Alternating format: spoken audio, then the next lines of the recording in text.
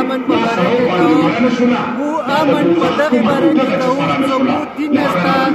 توپک نه غواړو کلام غواړو مو دین استا توپک په ځای ایجوکیشن استعمالوو توپک په ځای کلام استعمالوو مو شیعه سني ته دا پیغام دی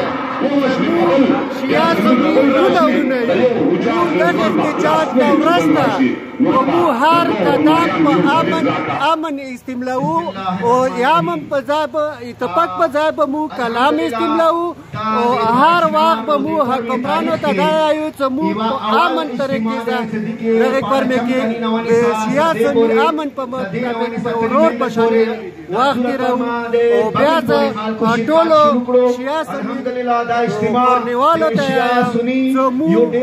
یوه پیج باندې قدم غلو په یوه پیج باندې به هر سړی مزال کوو او څومره جنګونه چې مو وکړل بیا څه جنګ بند شو خبرو ته به کېناستلو جنګ نه مخکې خبرو ته ویلي نه کېدلو همدې وجې دی موږ تاسې کونډې پورې یتیمان شول او نوره کونډې یتیمان مو نوره نه غواړو امن غواړو وسلام